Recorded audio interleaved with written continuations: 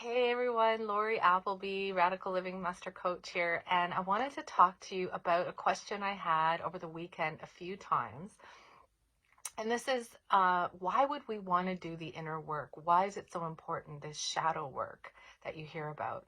So shadow work is looking at the parts of you that are unconscious, that are hidden in the shadows, so to speak. You're not aware of that, or if you are, it might come out when you least expect it, when you get triggered, when you are upset, when you're judging someone else, or something happens and you just respond in a really unhealthy way. That's the shadow coming out. Maybe you could think it's your inner child coming out, but it's the part of you that is wounded, that is rejected, that is betrayed, that is abandoned, that part of you that's coming up to be healed. And if we are not aware of those parts of ourselves and we don't have that self-awareness, life's going to spin out of control when life happens. And we all know life happens, things can be going great and relationships are good and everything seems good, and on all of a sudden, boom, something happens. And this is really a real thing. We can't control everything that's going to go on. So the reason why we want to do this shadow work is so that we become more aware of ourselves, so that we understand those parts of ourselves, those wounded parts of ourselves.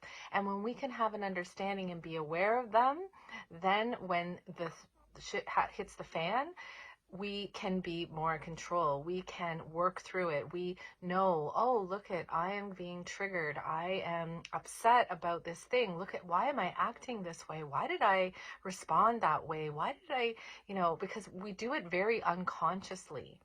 When our shadow aspect comes out, it's very unconscious.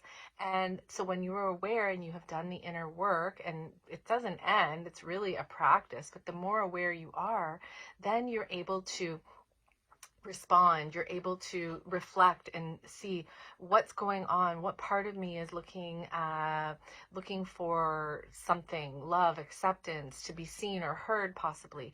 And then we have the tools that we can address it. Because if we haven't done our shadow work, if we haven't done our inner work, or we haven't done any of it, then what happens is you are probably going to have a really, really hard time. We cannot avoid the pain of when life happens, when life throws us a curveball, but we can avoid suffering, and we can get through it so much more consciously if we are doing our inner work. We can be more grounded and centered and calm and reflective, and not add to the problem and make the situation worse because our emotions and everything's all out of control because these unconscious parts of ourselves are coming up. So if this is resonating with you and you're interested, I am going to be doing a beta group coaching, shadow work. It's the Radical Self-Forgiveness, Self-Acceptance book. And this book really is an amazing introduction. There's a lot of exercises in this book. So the main part of the group is going to be you just reading the parts and starting on the exercises. And then we're going to do the exercises together.